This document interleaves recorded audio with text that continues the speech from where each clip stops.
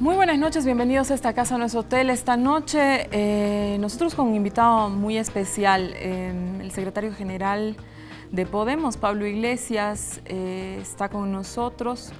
Podemos ha sacado 45 diputados en la última elección, tercera bancada más importante en la Asamblea Legislativa de España.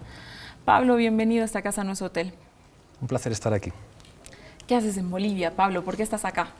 Bueno, recibimos una invitación de la vicepresidencia y la verdad es que estamos muy honrados. Ha sido un viaje muy bonito y muy contentos de estar acá. Bolivia es un país amigo, tenemos buenos amigos y amigas aquí y muy contentos.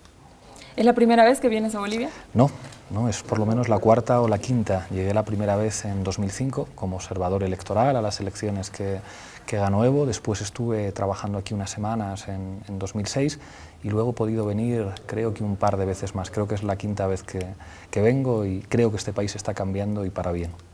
Por curiosidad, ¿en qué trabajaste el 2006? En 2006 estuve trabajando con el vice. Estuvimos echando una mano a la vicepresidencia como asesores españoles y bueno, aprendí yo mucho más de lo que pude contar. Bueno, quédese con nosotros en esta casa, en nuestro hotel, esta noche, por primera vez en el programa, Pablo Iglesias.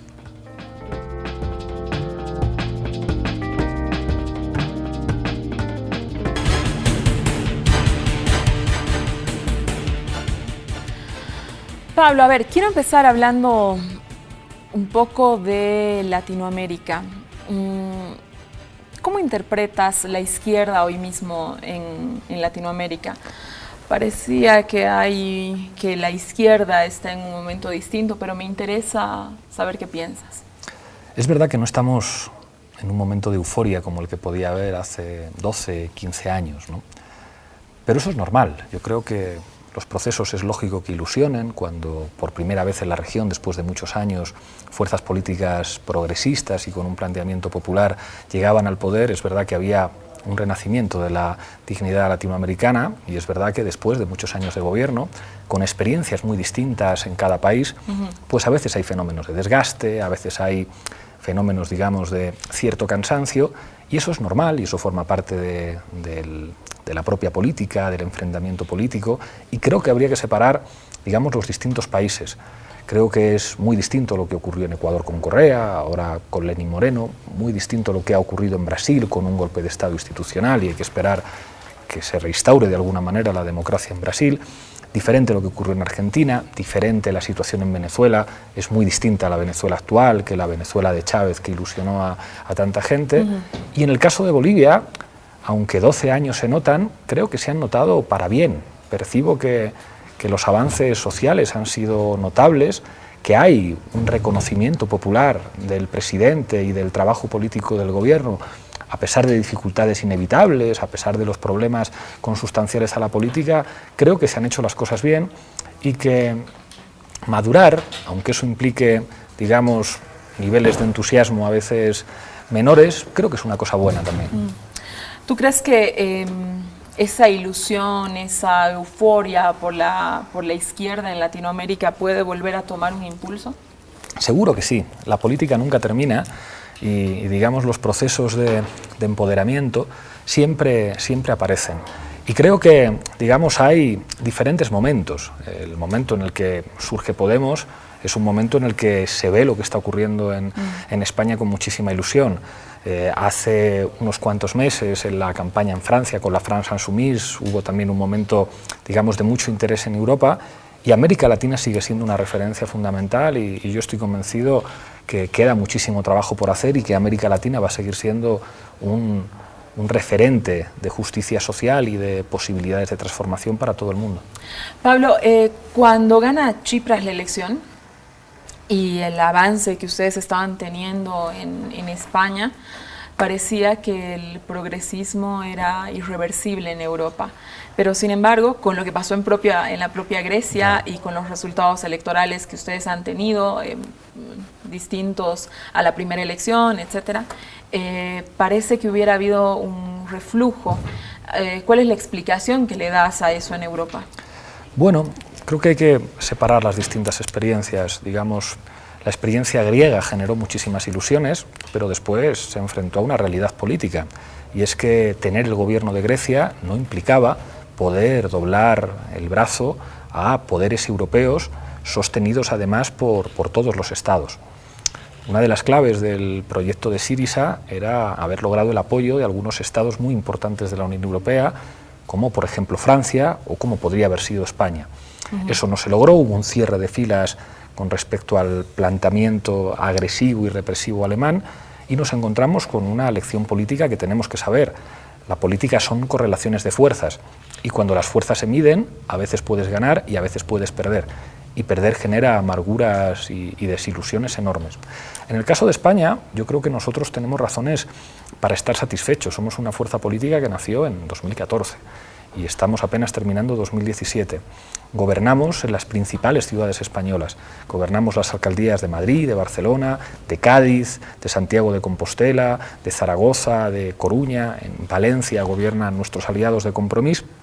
Y en las dos elecciones generales en las que nos hemos medido, bueno, pues hemos superado los 5 millones de votos, hemos sido primera fuerza política en Cataluña y en Euskadi, hemos sido segunda fuerza en Galicia, segunda fuerza política en Madrid.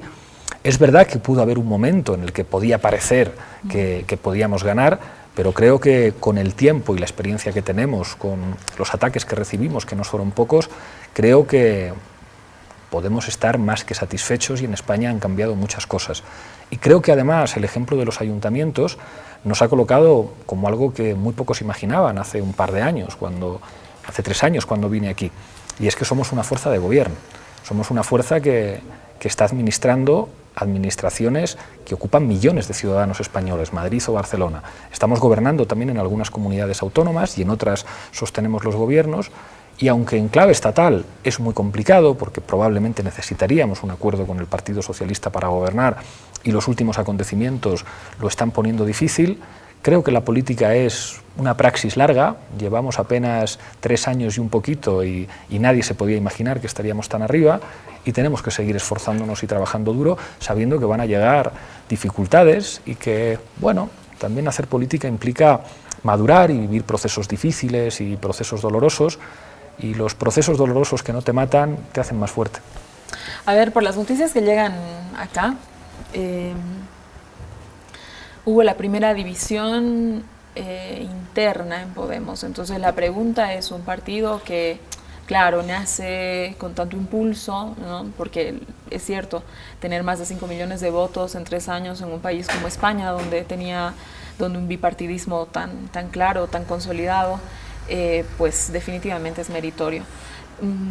Pero por lo menos la noticia que nos llega acá son fuertes divisiones de un partido que sin esas divisiones quizás podía haber tenido mayores y mejores empujes. ¿Qué ha pasado? Bueno, hay que asumir que en las formaciones políticas democráticas hay debates internos y nosotros tuvimos un debate interno muy intenso. Quizá nos pasamos de intensidad y cometimos el error de llevar esas divisiones, esos planteamientos legítimos distintos a los medios de comunicación, y eso nos hizo mucho daño, pero creo que salimos muy reforzados de nuestro congreso de Vistalegre II, digamos, con un camino, con una dirección que marcaron de manera muy clara las inscritas y los inscritos de Podemos, y a partir de ahí empieza una historia nueva y todos volvemos a trabajar juntos otra vez. Y en una formación política democrática siempre va a haber planteamientos distintos, siempre va a haber discusiones, siempre va a haber debates, y eso hay que naturalizarlo y hay que tratar de convertirlo en algo que te haga fuerte y que no te debilite. Creo que nosotros hemos tenido que vivir en 3 años lo que otros vivían en 20 o en 30 años, y eso, digamos que a veces deja cicatrices más fuertes, pero creo que hemos salido en general reforzados de los debates.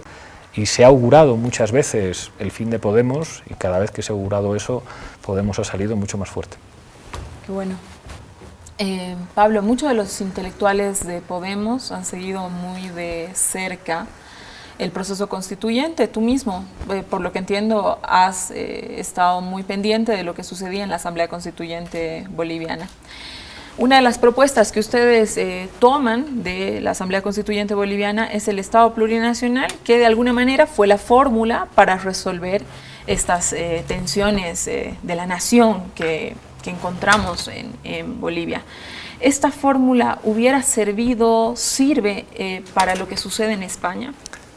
Nunca se puede decir que trasladar la realidad de un país al otro o la solución institucional de un país a otro puede servir, incluso cuando sean países que se parecen mucho.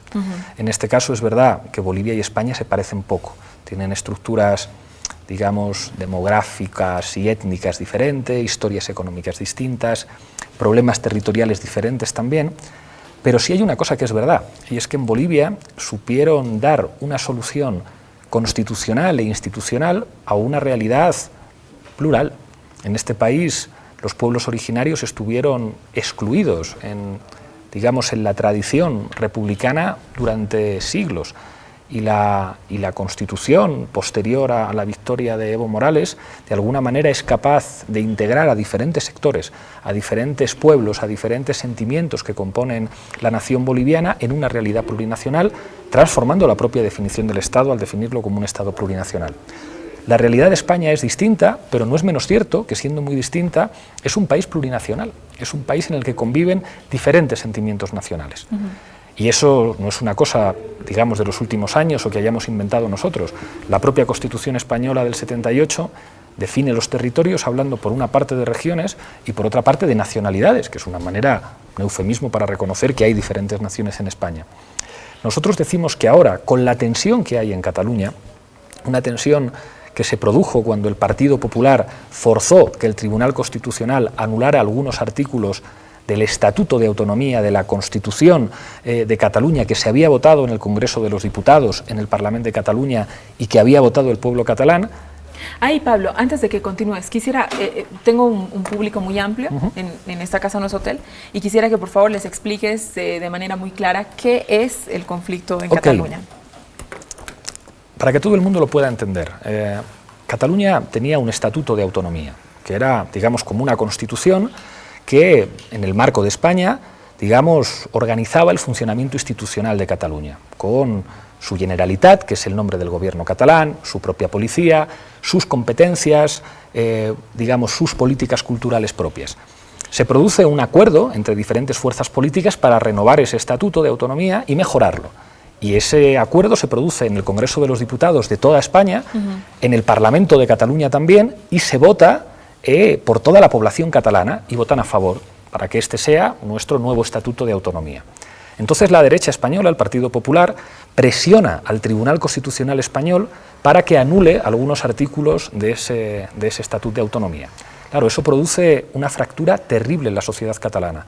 Era un Estatuto de Autonomía que habían votado los catalanes, que había votado su Parlamento, y que habían votado también todos los diputados españoles mayoritariamente en el Congreso. A partir de ahí hay muchos ciudadanos catalanes que dicen: ya no queremos ser españoles, queremos irnos de España, queremos construir un Estado independiente.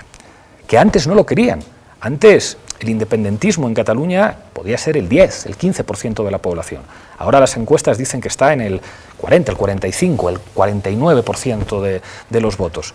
Lo que nosotros decimos ante esta situación: proponemos que haya un referéndum y que los catalanes decidan su relación jurídica con el resto del Estado. Y nosotros queremos que Cataluña siga en España, pero para que Cataluña siga en España hay que renovar un acuerdo territorial de país.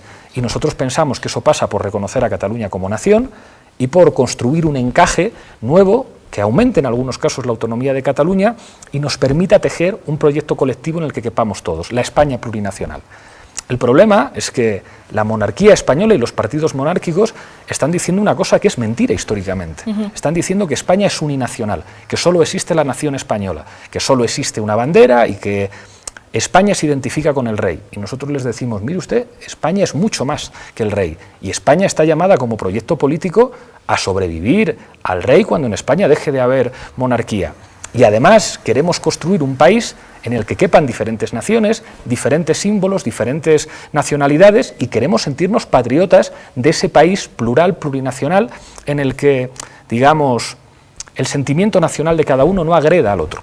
Claro, no estamos en un momento fácil, porque estamos en el momento de las grandes emociones, estamos en el momento de las banderas, pero creo que nuestra posición es la más sensata y que a medio o largo plazo los ciudadanos mayoritariamente van a valorar que los que defendimos siempre una solución democrática y los que defendimos la única opción para que España siga siendo un proyecto unido es la de los que defendemos la concepción plurinacional de nuestra patria. A ver, Pablo, una pregunta un poco más técnica. Hay algunos que alegan que ya no se le puede dar más competencias autonómicas a Cataluña, que ya no hay más, o sea que lo siguiente es que realmente sea Estado. Entonces, ahí la pregunta, ¿qué más? O sea, ¿se puede dar una solución de tipo administrativo? Una de las preguntas. La política todo lo puede. La política además es lo que sirve de alguna forma para tratar los conflictos que son consustanciales a la manera en la que viven y se organizan las sociedades. Hay algunos que están tratando de ampararse en los jueces y en la acción de la policía, diciendo, no, es que la ley, es que la policía. Mire usted, los problemas políticos se tienen que resolver políticamente. Y en Cataluña hay un problema político. Y entendemos que hay que resolverlo políticamente. Nosotros pensamos que puede haber un encaje de Cataluña dentro de España que sea aceptado por la mayor parte de los catalanes. No es un problema de dar más o de recibir más, es de buscar un contrato que sea avalado por los votos de la gente. Busquemos un acuerdo y dejemos finalmente que la gente decida. El problema fundamental ha sido que el Partido Popular, la derecha española, ha tratado y trata de utilizar permanentemente el conflicto político en Cataluña para que no se hable de la corrupción.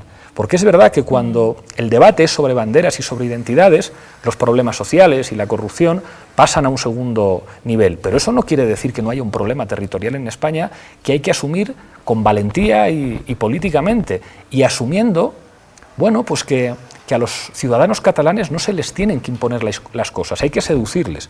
Yo creo que todavía son minoría los ciudadanos de Cataluña que quieren irse de España y formar un nuevo Estado, pero si en el futuro fueran el 80%, no se le puede poner puertas al campo.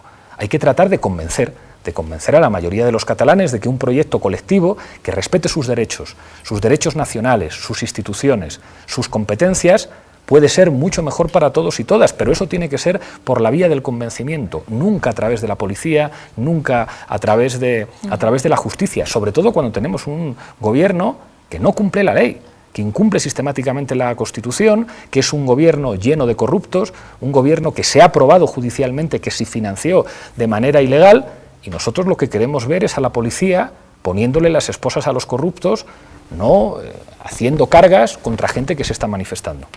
A ver, Pablo, esto, lo que nos has expuesto ahora, ¿no? La postura de Podemos los deja en una situación incómoda, por decir de alguna manera, ¿no?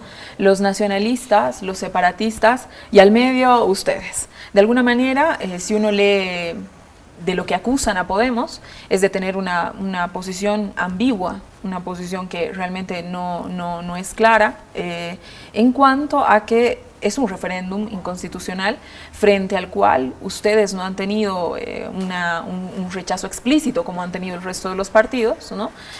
Pero tampoco quieren que Cataluña se vaya. ¿Qué opinas sobre esta, digamos, acusación, por decirlo de alguna forma, de ambigüedad? Particularmente te la achacan a ti, o sea, que hay una postura ambigua de tu parte. Ambiguos nunca hemos sido.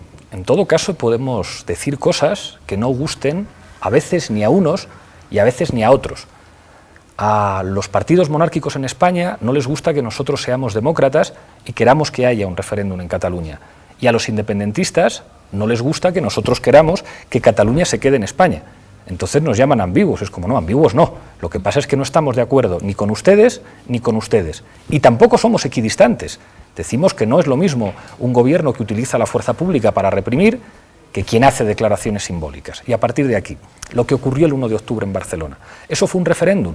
Nosotros dijimos siempre que no, que eso no era un referéndum con garantías, con reconocimiento internacional y legal, pero era una movilización política. Claro, no puede ser indiferente a lo que sucede en la realidad. Una movilización política en la que además era legítimo participar y era lógico que la gente participara incluso por enfado.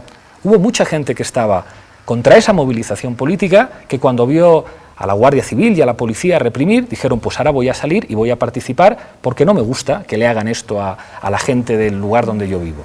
Pero eso es una movilización política, eso no justifica una declaración de independencia, y eso lo dijimos, no gustó a los independentistas y nos dieron durísimo en sus medios de comunicación.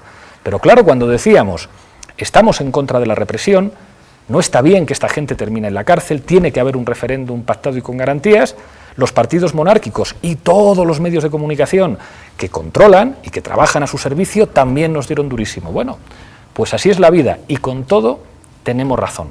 Porque lo que estamos diciendo es, esto solamente tiene una solución política democrática y la que nosotros defendemos, que es el referéndum, es lo que quiere hacer la mayoría de los ciudadanos catalanes, quiera la independencia o no, y lo que algunas encuestas dicen que quiere hacer la mayor parte de los ciudadanos españoles que seguramente no están de acuerdo con la independencia.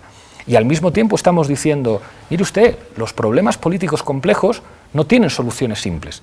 Es verdad que a veces es muy tentador dar una explicación simple de lo que ocurre, pero los problemas políticos a veces son complejos y requieren soluciones complejas.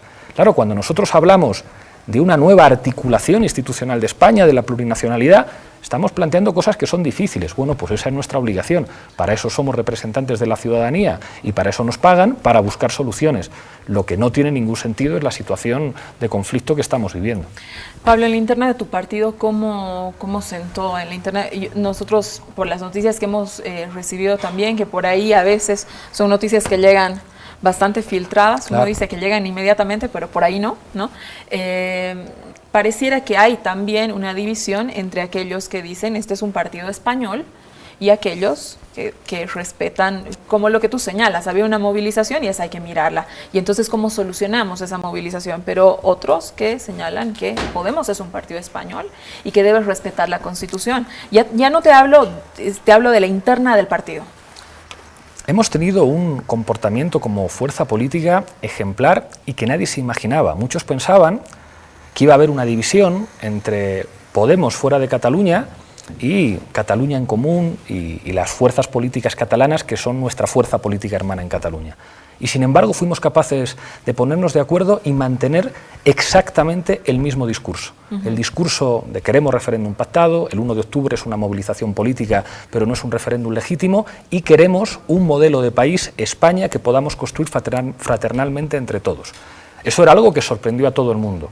Y es verdad que hubo algunos compañeros que en lugar de llevar el debate a los órganos internos, no lo llevaron a los órganos internos y entregaron a los medios de comunicación lo que los medios estaban esperando para atacarnos. Y ahí dijimos claramente, Vistalegre II marcó una regla fundamental en Podemos, los debates se tienen hacia adentro y quien digamos que entrega carnaza a los medios de comunicación está trabajando contra la democracia interna y contra el debate interno.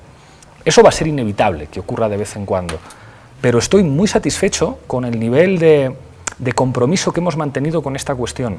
Los compañeros de Cataluña no se cansan de repetirnos gracias. Gracias por haber sido tan valientes, gracias por decir la verdad, porque a veces decir la verdad y a veces mantenerse firme en una posición, digamos, tiene muchos costes políticos, pero después la gente lo valora.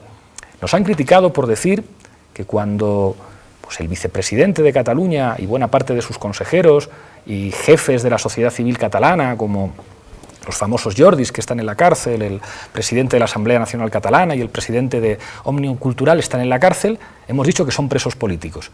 Y no son presos políticos con los que nosotros estemos de acuerdo. No estamos de acuerdo con sus razones políticas, ni siquiera compartimos sus actos políticos. Pero decimos, mire usted, a esta gente no se la ha llevado a la cárcel por robar, no han robado a nadie, les han llevado a la cárcel por hacer política. Y en concreto a dos les han llevado a la cárcel después de que disolvieran una movilización acusándoles de haber organizado una movilización ilegal en la que no hubo ningún hecho de violencia. Y hemos tenido la valentía de decir estos señores están en la cárcel por razones políticas y a pesar de que nos vayan a atacar, que vayan a decir todo tipo de cosas de nosotros, nos vamos a mantener firmes en una posición de coherencia. No es fácil eso en política, pero mi sensación es que a la larga la gente lo sabe valorar. Yo creo que nosotros nos podemos haber equivocado en muchas cosas, pero la gente sabe una cosa con nosotros y es que no mentimos, no nos asustamos y no tenemos ningún miedo a los temas que puedan ser difíciles. Y yo espero que esa siga siendo un rasgo de identidad nuestro. Pablo, el conflicto en Cataluña no abre una puerta a nuevos conflictos. No sé, por ejemplo, el País Vasco, que pareciera que está mirando atento a lo que pasa en Cataluña, es decir, proponer un referéndum no pondría sobre la mesa realmente el tema de la unidad española. Claro que sí, y de hecho España tiene 3 grandes crisis que tiene que resolver. hay una crisis o una fractura social que tiene que ver con el fracaso de las políticas neoliberales y que ha empobrecido nuestra patria y que ha empobrecido a los sectores medios y a los sectores populares. Hay una fractura democrática que tiene que ver con la corrupción, que ha convertido a nuestro país en un país en el que gobierna el partido más corrupto de Europa, que los tribunales han establecido que se financia ilegalmente y que la contratación pública a cambio de sobornos ha sido una práctica ordinaria. Y la palabra ordinaria la dijo un investigador judicial textualmente, una práctica ordinaria de gobierno. Y tiene una tercera fractura, que es una fractura territorial. Eso hace que España esté en una situación de crisis de régimen político. Y eso implica construir acuerdos. ¿La crisis territorial que empieza en Cataluña puede extenderse a otros territorios? Claro que sí, claro que sí. ¿Eso se puede resolver a la fuerza? ¿Eso lo pueden resolver los tribunales o lo puede resolver la fuerza pública? Yo creo que no. Eso se tiene que resolver políticamente. Y resolverlo políticamente implica dialogar, implica buscar el acuerdo con el que no piensa como tú e implica confiar en la democracia. No hay que tener tanto miedo a que la gente pueda votar. Si además, en realidad, si somos capaces de construir un proyecto de país atractivo y respetuoso, creo que la mayor parte de la gente en nuestro país, en Cataluña y en el País Vasco, estaría de acuerdo con un proyecto colectivo. Si además somos capaces de plantear el debate de la soberanía en términos sociales y decir, mire usted, no hay soberanía si se privatizan hospitales públicos, no hay soberanía si buena parte de las políticas económicas las impone el Banco Central Europeo, recuperemos soberanía, defendamos la dignidad de nuestro país teniendo una política industrial propia, teniendo una política de protección de los derechos sociales y acabando de una vez con la corrupción, pues podremos construir un proyecto de país viable y ese es nuestro objetivo, que no es sencillo y tenemos adversarios poderosos. A ver, yo quiero volver a la explicación profunda de por qué llegan hasta este punto, ¿no? Porque claro, hace 2 años, por ahí en España sí, pero no sé, si uno visitaba Barcelona no estabas pensando que los catalanes querían irse de España, ¿no? ¿Qué pasa? ¿Por qué España fracasa en la construcción de una identidad nacional española? Digamos, ¿en qué se diferencia España de Francia? Porque, Pablo, al final todas las naciones nos hemos ido construyendo de varias naciones, ¿no? Pero no ha fracasado en general el proyecto político de construir una identidad. ¿Qué pasa en España? Es una pregunta magnífica, porque el problema fundamental es que España no es uninacional y no lo ha sido nunca. ¿Por qué? Por razones históricas. Todas las naciones están sometidas a contingencias históricas. En Francia hay una revolución que es capaz de imponer el modelo de los jacobinos, que da nombre a un paradigma, que es el paradigma de la centralización administrativa, que impone con mucha eficacia una sola administración, una sola cultura, una sola lengua, y es capaz, digamos, de arrasar con todas las resistencias que podía haber. Quedan excepciones en Córcega y poco más.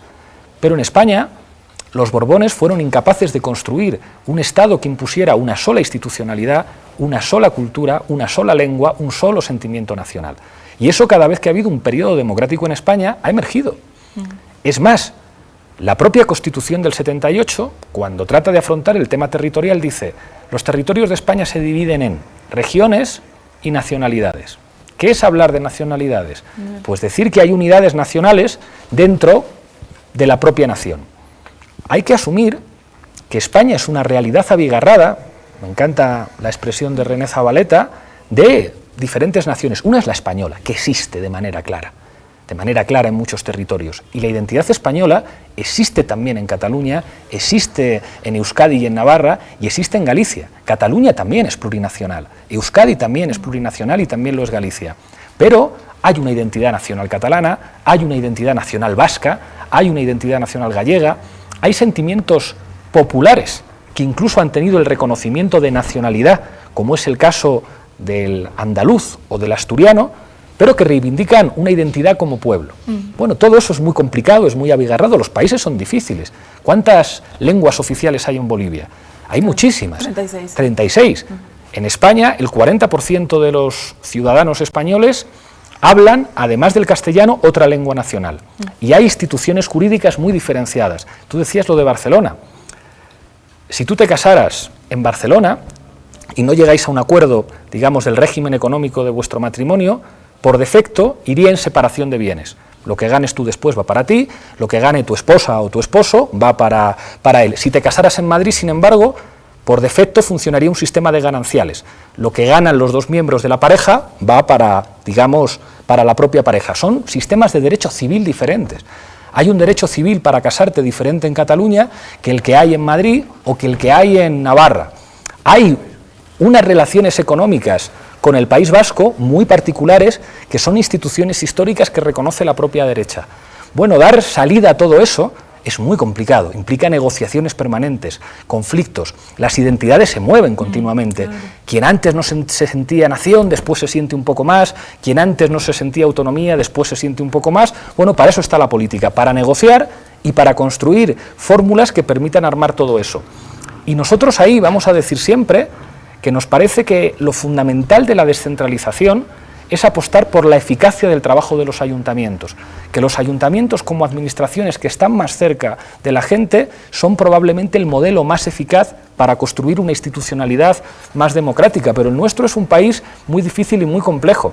España no es Madrid y Barcelona, es mucho más, y el problema es que muchas veces lo que se proyecta hacia el mundo son imágenes estereotipadas. Hay una película de Woody Allen, que es terrible, Vicky Cristina Barcelona, que transcurre en Barcelona y claro, representa la Barcelona que se debe imaginar Woody Allen, en la que en Barcelona te encuentras con un tablao flamenco como si estuvieras en Córdoba y dices, esto es muy extraño, y toman una avioneta para viajar a Oviedo y dices, ¿una avioneta? Es todo como muy extraño, es una imagen orientalizante de nuestro país, que a partir de 4 tópicos dice España es esto. Pues no, mire usted, España es mucho más que Madrid, es mucho más que Barcelona, España es enormemente complejo culturalmente y eso implica soluciones políticas. Y aquí Bolivia transmite un espíritu que es muy interesante. En Bolivia se hizo desaparecer a la mayor parte de la población durante siglos, no existían los indígenas, no les dejaban ni siquiera caminar por las aceras, por las calles. ¿Eso en qué se traduce históricamente? En conflictos políticos permanentes, de Tupac Katari, pasando por Zárate Wilca, hasta los procesos de los últimos 15 o 20 años. Pues la solución a los conflictos políticos es darle salidas institucionales. Y a veces las derrotas militares parece que han solucionado los problemas, pero los problemas siguen latentes. En España hubo una dictadura de 40 años que decía que solamente existía España, que no existía una nación llamada Cataluña. Bueno, pues en cuanto a los catalanes les dejaron respirar, sacaron su bandera nacional, la señera, después de 40 años de represión, diciendo aquí existe una realidad que reivindica un estatuto de autonomía y un reconocimiento propio.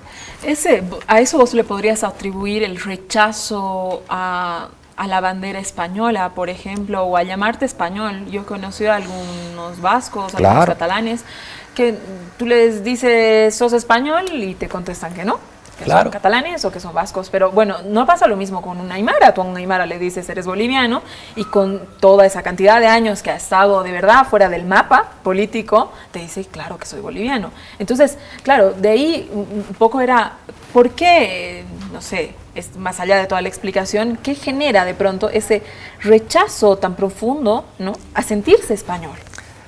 Es el fracaso probablemente de construir un proyecto de España atractivo. Y ahí nosotros podemos sacar pecho y decir, nosotros somos una fuerza política española, que nace además claramente en Madrid, cuyos principales dirigentes al principio son madrileños. Y sin embargo, hemos sido la fuerza política más votada en las elecciones generales, en 2 elecciones generales, en Cataluña y en el País Vasco. ¿Cómo es posible? ¿Cómo es posible que los catalanes y los vascos votaran masivamente a un candidato que era de Madrid? Porque a lo mejor habíamos utilizado un tono y una manera de hablar de España más atractiva, más fraterna, más suave si me apuras, menos impositiva.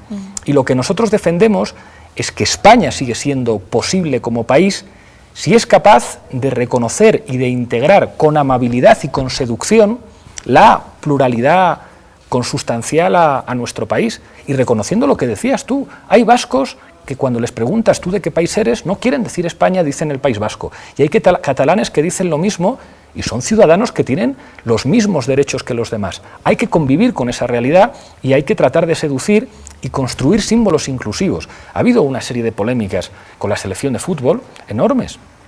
No puede ser que se silbe sistemáticamente a un jugador por ser catalán y haber querido participar en la movilización del 1 de octubre, que además dice que no es independentista, pero si fuera independentista tendría todo el derecho a ser independentista y a jugar en la selección. Y lo que se debería construir Es una selección con símbolos inclusivos.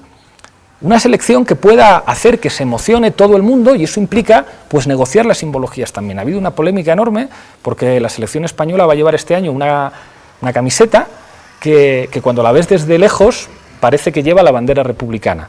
Entonces algunos hemos respondido con bromas diciendo, bueno, qué camiseta más bonita, y algunos se han enfadado muchísimo. El gobierno se ha enfadado mucho, la extrema derecha se ha enfadado mucho, porque hemos dicho que una camiseta que se vea un poquito de color morado es bonita. Claro, eso revela que estamos gobernados por fanáticos. Solo un fanático se puede enfadar porque de repente los reflejos del color de la camiseta se vean de color morado y entonces puede parecer que es republicana, qué terrible. Pues seguramente los valores republicanos son mucho menos agresivos y mucho más inclusivos que los valores monárquicos, y seguramente una España republicana es mucho más atractiva para catalanes y vascos que el modelo monárquico que excluye y que agrede. Ahí, para finalizar este bloque, Pablo, la pregunta que te iba a hacer era justo la monarquía. ¿La monarquía qué rol juega? ¿Sigue jugando alguno de verdad? Es decir, no sé, España es uno de los países más importantes del mundo. Sigue saludando al rey. Es curioso porque el rey anterior no es santo de mi devoción, ni mucho menos. Fue siempre un franquista confeso, fue jefe del Estado por la ley de sucesión del franquismo, fue Franco quien dijo, mi sucesor, el sucesor de este dictador sanguinario que soy yo, va a ser este Borbón, que se llama Juan Carlos. A pesar de eso, a pesar de que estuvo vinculado a casos de corrupción gravísimos, a pesar de sus conocidos vicios, a pesar de comportamientos que sobre todo en la última etapa de su vida generaron un rechazo social enorme, era un jefe del Estado útil. ¿Qué quiero decir con útil? Cuando en España se produce un golpe de Estado el 23 de febrero de 1981 y entra un militar, un guardia civil con una pistola en el Congreso, por la noche el rey sale diciendo algo que era un mensaje muy claro, y es, si los militares en España no dan un golpe de Estado es por mí, y yo soy la garantía de que va a haber un Estado homologable en cierta medida a los Estados europeos. Bueno, es un rey que sirve para algo, aunque tenga mucha simpatía por Franco, aunque no se sepa muy bien de dónde tiene tanto dinero y cuáles son sus negocios, es un rey que sirve para que no se dé un golpe de Estado. El monarca actual, que yo he podido tratar con él, es enormemente educado, culto, tiene una formación y una preparación política amplia, no se le conocen vicios equiparables a los de su padre, pero la pregunta es, ¿para qué sirve? ¿Para qué sirve? ¿Cuál es la necesidad de tener a un señor como jefe del Estado con funciones simbólicas, pero que hay veces que no son tan simbólicas, que no han votado los ciudadanos, que se presente a unas elecciones? Y cuando estamos en medio del conflicto catalán y el jefe del Estado aparece reproduciendo el discurso del gobierno, hace un discurso además en el que no llama a las formaciones políticas. El rey anterior llamaba por teléfono a las fuerzas políticas catalanas, a las fuerzas vascas, llamaba al Partido Comunista. Este rey de ahora no llama a nadie. Hace un discurso que se lo podía haber escrito Mariano Rajoy o el Partido Popular, y claro, es un discurso que no gusta en Cataluña, que no gusta en el País Vasco y que a una parte de España no le gusta. Yo escribí un tuit inmediatamente, pues le tengo que responder, señor jefe del Estado, no votado por nunca, como presidente de un grupo parlamentario que representa a 5 millones de ciudadanos, no en nuestro nombre. Es un rey que excluye, es un rey atrincherado con 3 partidos que le apoyan. Bueno, la pregunta es, ¿esto ayuda a España? ¿Este rey ayuda a que España sea un proyecto integrador?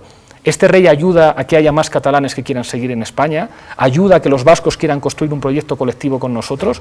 ¿Este rey, que rara vez habla de los problemas sociales, que tiene pocas palabras para las víctimas de la crisis económica, puede ser un símbolo, digamos, incluyente y que a los sectores populares digan, este rey se preocupa por los de abajo? Parece que no. Entonces, ¿para qué sirve?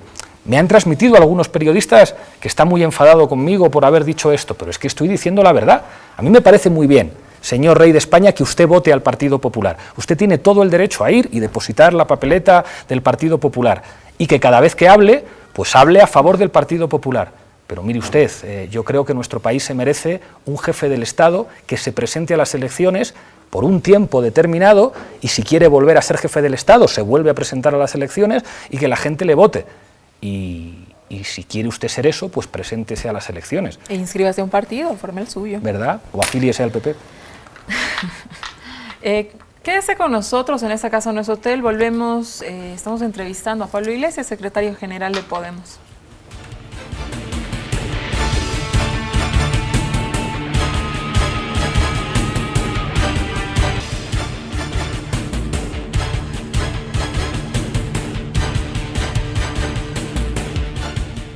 Volvemos a esta casa en nuestro hotel. Esta noche estamos entrevistando a Pablo Iglesias, secretario general de Podemos.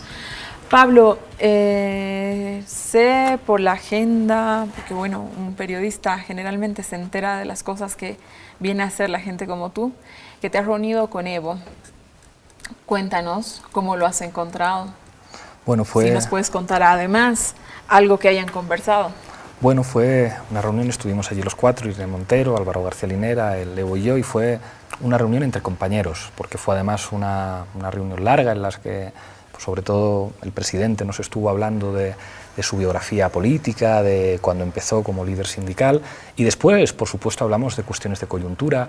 Estaba muy enterado y muy informado de la situación en España y en Cataluña, y bueno, pues una conversación cercana y enormemente útil. Estuvimos muy a gusto. A ver, Álvaro García Linera y tú, intelectuales que devienen a políticos, sé que tú tienes una relación con él que data de muchos años. ¿Y de qué hablas con Álvaro? ¿De libros o de política? De libros y de política, y eso yo creo que a veces nos hace ser enormemente aburridos. Creo que nosotros desde muy jovencitos teníamos una admiración enorme por Álvaro García Linera, porque encarnaba muchas cosas que rara vez se juntan en un solo ser humano.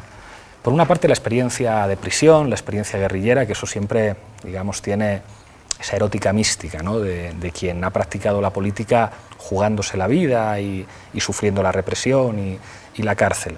Por otra parte, la formación intelectual, la formación de alguien que suele ser poco frecuente, que alguien con mucha formación intelectual además haya tenido una experiencia de lucha y de represión. Si a eso le sumas además que termina siendo vicepresidente y adquiere responsabilidades de Estado, pues se convierte en una figura fascinante, y yo creo que genera fascinación en todo el mundo. Entonces, claro, que una figura así te haga caso, pues te sube el ego enormemente, y que te invite y te permita poder tener un debate intelectual con él sobre algo tan interesante y tan hermoso como la Revolución de Octubre, pues bueno, estoy como un niño con zapatos nuevos, estoy feliz de la vida. Pablo, he visto que has estado como muy atento a todos los, no sé si decir festejos, pero sí recordando la Revolución Rusa.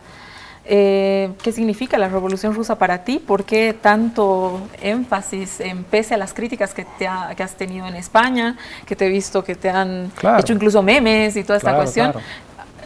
¿Por qué es tan importante para ti? La Revolución Rusa es una caja de herramientas políticas fundamental. Hay algo, en un libro de Juan Andrade y Hernández, dos historiadores españoles, compilaron un libro sobre la Revolución Rusa en el que escribe un capítulo excelente Álvaro García Linera, y Juan Andrade, que es un historiador español, un fuera de serie, escribe que la Revolución Rusa tiene algo de inaceptable, tiene algo que molesta enormemente a los poderosos, algo que molesta enormemente a los ricos. Y eso es algo que hace que produzca esa fascinación de que por una vez en la historia, digamos, no ganaron los que siempre pierden. Ganaron los de abajo. Ayer en la charla en Cochabamba decíamos, claro, las revoluciones burguesas, la Revolución Francesa, son revoluciones con una importante participación popular, que implican avances democráticos, pero son las revoluciones en las que la clase económicamente dominante pelea por ser también políticamente dominante. En la Revolución Rusa ahí, digamos, vemos a la política contra la historia, vemos a los de abajo ganando a los de arriba. Y eso no oculta después todos los fracasos, todos los crímenes que se cometieron en nombre del comunismo, pero convierte la revolución en un laboratorio político extremadamente interesante. Aquí yo soy muy crítico con la liturgia y con los festejos. Trataba de explicar a los muchachos y a las muchachas jóvenes que había en Cochabamba y en La Paz, olvídense de la olla y el martillo, olvídense de la bandera roja, rompan las estatuas de Lenin y lean a Lenin. No conviertan a Lenin en una estatua, no conviertan al Che Guevara en una camiseta, léanle. estudien la Revolución Rusa no mitifiquen sus símbolos, que seguramente en el periodo actual hace falta construir símbolos muy distintos y la coyuntura histórica es completamente diferente. Pero traten de aproximarse a esa caja de herramientas políticas que representa la Revolución en general y Lenin en particular. Lenin en la Revolución Rusa se coloca políticamente a la altura de Maquiavelo. Decíamos en la charla esta que incluso los más conservadores aficionados a la política, en momentos de soledad, se tapan con la manta y con una luz para que no les vea nadie, leen a Lenin, porque hay que leer a Lenin para comprender la política. Y por eso es un acontecimiento fascinante. Y la fascinación no implica, digamos, falta de conciencia de las monstruosidades que se hicieron en la Unión Soviética, y no solo en el periodo stalinista, pero al mismo tiempo es un conjunto de instrumentos para pensar la transformación y para pensar la justicia y para pensar una sociedad mejor que debemos examinar y evaluar críticamente con pasión.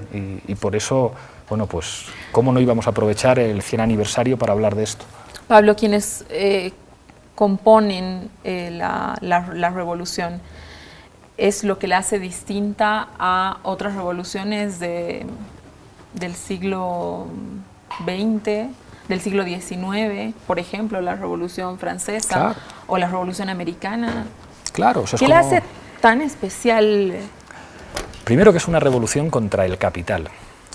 Marx había calculado que la revolución solamente podía ser consecuencia del desarrollo de las fuerzas productivas que se tenía que producir en los países más avanzados del capitalismo.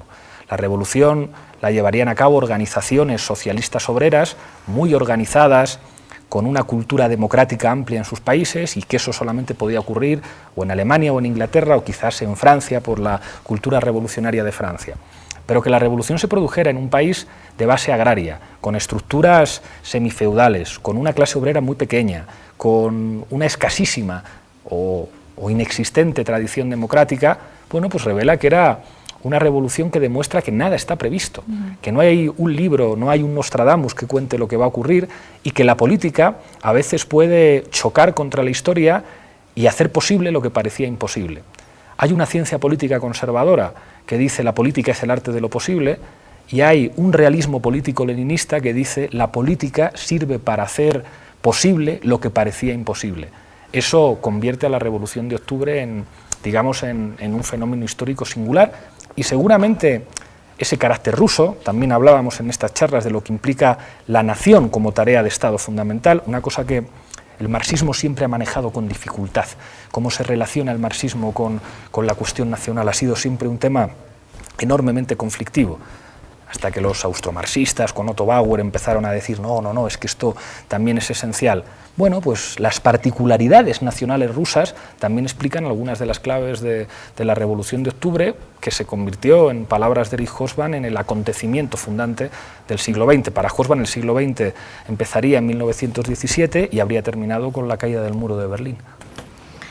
A ver, la Unión Soviética, la Revolución Rusa nacen y enfrentan el capital, o sea, el capitalismo, aquello que se pensaba que ya había nacido para ser la solución, pues nada, tiene una Revolución Rusa que cae el 89 y que ahí, como dice Fukuyama, es el fin de las ideologías. ¿No? A ver, desde tu perspectiva, Pablo, ¿qué bebe el capitalismo de la Revolución Rusa? ¿Qué le deja la Unión Soviética al capitalismo? La historia se configura a través de sus procesos. Decía Álvaro con razón, esto lo han dicho muchos autores, los estados del bienestar en Europa occidental tienen algo de reacción al éxito del comunismo en la Unión Soviética. Construyamos sociedades donde se pueda aumentar el nivel de vida de la clase trabajadora para que no crear ninguna tentación de traer el comunismo también a nuestros países. Eso es una consecuencia de la Unión Soviética, que es de alguna forma madre de los estados del bienestar que se construyen en otros estados del capitalismo. El fin de la Unión Soviética, de alguna forma, consolida una forma de organización del capitalismo que ya había empezado en los años 70, que es el neoliberalismo, que es extremadamente agresiva. El neoliberalismo, de alguna manera, pone patas arriba los consensos del capitalismo que se relacionaba con el socialismo, el keynesianismo. ¿Qué es el keynesianismo sin una forma de hacer viable el capitalismo cuando hay una amenaza pseudo-socialista amenazando de manera permanente? Y el neoliberalismo dice, no, no, no, ya valió madres, ya no hay amenaza ninguna, ya podemos dominarlo todo, ya no tiene por qué haber sistemas de protección social, no tiene por qué haber sindicatos, no tiene por qué haber Estado, que esta es una de las grandes falacias del neoliberalismo. Claro que hay Estado, lo que pasa es que lo utilizan para privatizar y para proteger los intereses de las oligarquías. Y eso, que durante un tiempo parece que es, digamos, el fin de la historia, y Fukuyama, digamos, hace la enésima relectura de Hegel para contar que ya no hay ideologías, que es el fin de todo. Después pues nos encontramos, hay un momento que a mí me parece muy hermoso, que es el 1 de enero de 1994, con el alzamiento zapatista en Chiapas, que señala simbólicamente que la política no termina, que la historia no termina, y después tenemos los movimientos populares en América Latina y los gobiernos progresistas, y los movimientos contra la globalización económica, y aparecen personajes inimaginables hace años como Bernie Sanders en Estados Unidos disputando la candidatura del Partido Demócrata, y Jeremy Corbyn gana las primarias en los laboristas británicos y le va bien, y aparece Podemos en España y con un discurso que ha aprendido mucho de América Latina acumula niveles de apoyo electoral sin precedentes en la historia de la izquierda en España, y también aparecen nuevos fascismos, y también aparece una figura repugnante como Donald Trump. Pero hay pelea, hay juego, y ahí están los chinos siendo desde un supuesto partido comunista los principales valedores del capitalismo mundial, disputando la hegemonía económica de los Estados Unidos, y quién sabe si dentro de unos años podrán estar disputando también la hegemonía militar. Y tenemos un mundo difícil, convulso, donde la política no termina porque el conflicto no termina. Es verdad que tenemos un mundo más difícil de entender que el del siglo XX. En el siglo XX, siempre que en Foro Apache, un programa hermano del vuestro, hablamos de geopolítica... Bueno, el programa, en realidad Foro Apache nosotros nos copiamos el programa. Bueno, pero nosotros les vemos mucho y aprendemos cosas de ustedes. Y cuando hablamos de geopolítica, siempre decimos... Era mucho más fácil entender la geopolítica del siglo XX. Estaban los rusos, estaban los americanos, a partir de ahí te puedes ubicar para entender cualquier conflicto en el mundo. Ahora es mucho más complicado. Tratas de entender la guerra en Siria y dices, madre mía, qué complicado es esto, el papel de Israel, el papel de Irán, el papel de los kurdos, de Turquía, de Estados Unidos, de Rusia, es enormemente complejo. Hay una cierta nostalgia de esa sencillez, entre comillas, de la Guerra Fría, pero la política continúa y la pelea sigue, y creo que digamos que este diálogo que estamos teniendo es una prueba de que el siglo XXI está muy vivo también. Me tengo que ir un corte, quédese en la última parte ya, lamentablemente, de esta casa, nuestro hotel. Pablo, otro programa, cuando vuelvas a Bolivia, claro, geopolítica. Claro, te he visto supuesto. ahí, que eso es lo que te gusta a ti, ¿verdad? Mucho, claro. Quédese con nosotros, venimos con la despedida de Pablo Iglesias.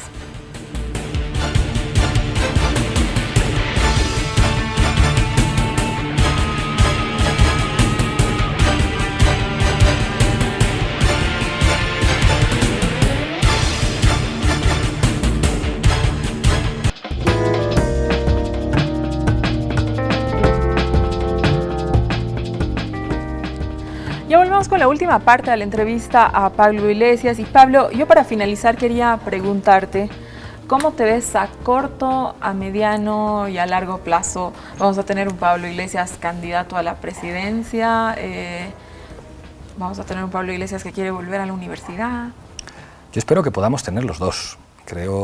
Querría que tuviéramos un Pablo Iglesias candidato a la presidencia y presidente del gobierno, pero me gustaría que después de eso pues poder volver a dedicarme en exclusiva a lo que me gusta a mí, que es por una parte dar clase, y creo que no se me da muy mal, y a hacer cosas de comunicación y hacer el gamberro haciendo programas como este, que también es lo que más me gusta.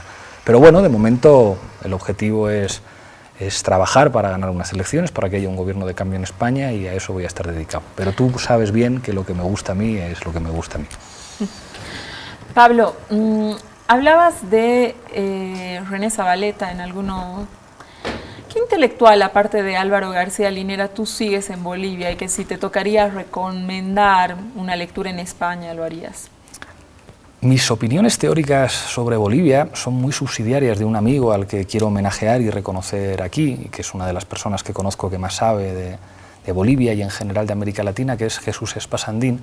al que ayudé a preparar un libro sobre Bolivia, en el que contamos, digamos, con algunas referencias intelectuales que a partir de entonces me marcaron.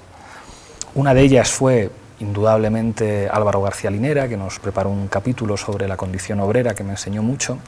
Otra fue Silvia Rivera, que nos hizo, digamos, una especie de síntesis de sus trabajos históricos sobre las identidades indígenas, y leyéndoles a los dos aprendí a conocer a René Zabaleta, que seguramente es una de las mentes que Bolivia ha aportado no solamente al pensamiento de su país, sino que ha aportado al mundo, al nivel de Mariátegui. Bueno, Pablo, pues una conclusión. Bueno, pues que sigan existiendo espacios de diálogo y discusión como este. No son nada frecuentes y ojalá sigan existiendo más, porque creo que compartimos que nos gusta hacer política sin olvidarnos de la reflexión y sin olvidarnos de las preguntas y de los debates difíciles. Te agradezco por haber venido a esta casa, a nuestro hotel. Nos tenemos pendiente un programa más, siempre que vengas. Eres bienvenido siempre, Pablo. Me alegra mucho que estés nuevamente en Bolivia y ojalá que lo hayas disfrutado. Gracias, a todos Susana. ustedes, muchas gracias por haberme acompañado en esta casa, en nuestro hotel. Conmigo hasta el siguiente domingo. Muy buenas noches.